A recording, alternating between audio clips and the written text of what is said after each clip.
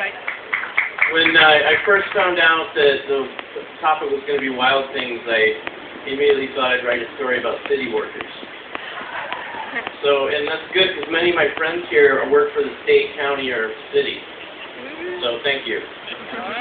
Up in my neighborhood, there was it got really cold and a water main burst and the street collapsed. And so I wrote a story about a city worker who has to go down into the hole and inspect the damage. And so the story is about what he finds down there.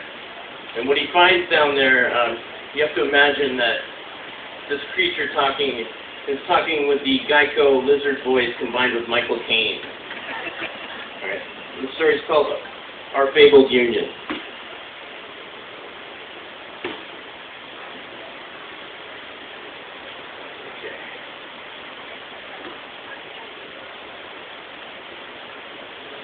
I took one last look at the blue sky over the gray city, breathed in and out a few times, and said a prayer to St. Vincent Ferrer, the patron saint of plumbers and pavement workers. And then I added a nod to the Roman goddess Minerva for good measure, as I pulled down my goggles and entered the pipe. With each foot that I moved down the pipe, it got increasingly colder. 20 feet down the pipe, and it was the coldest pipe that I'd ever encountered. 50 feet down the pipe, and it was the coldest that I'd ever been in my life. 100 feet down the pipe, and I could no longer move. I was frozen in place in mid-crawl. The light from my headlamp extended down the pipe to a faint blue object that was completely blocking the passage. I strained to see what was blocking the pipe. Through the frost of my goggles, I just made out a pair of enormous pale blue eyes. I called out, "Who's there?" The eyes widened, and I heard, "Thank goodness that someone has finally arrived. I had a positively dreadful evening stuck down here. A little help would be appreciated." "Who are you? What are you doing down here?" From the direction of the blue eyes came, "I am Adelaide, and I was doing my civic duty until I became trapped in this wretched pipe. Free me and I will be in your debt." "I'm frozen in this pipe too, Adelaide. I can't move a muscle, and I can't really see you except for your eyes." What sounded like a Latin incantation echoed in the icy air, and the two spare flashlights on my backpack turned themselves on and floated out into the pipe, displaying my trapped associate. If I hadn't been frozen in place, I surely would have been seen crawling the opposite direction down the pipe.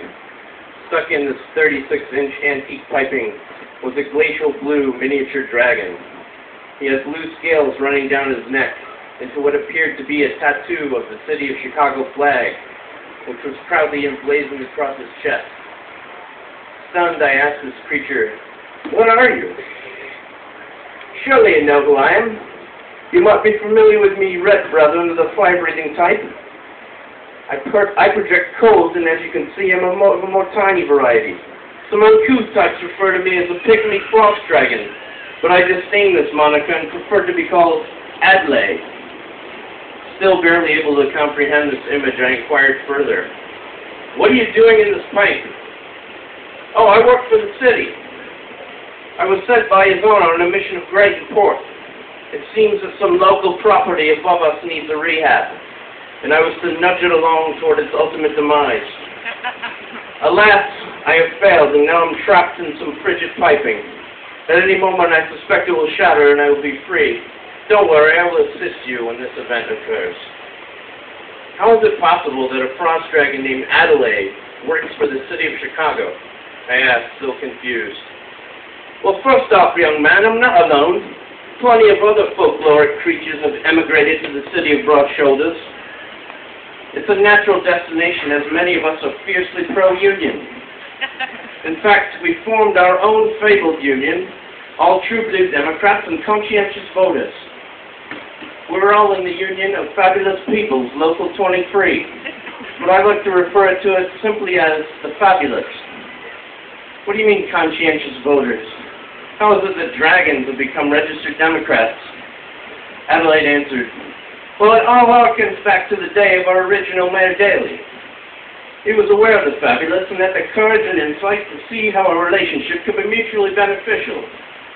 He knew that the city of Chicago, in addition to being the hog butcher to the world, the best lit city in the world, and the stockyards of the Middle West, was also the new Ellis Island of the folkloric creatures of the world.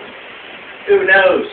Maybe it was because of the high concentration of the usual immigrants in Chicago, but our kind, the fabulous, felt much more at home in the humankind that believed in us.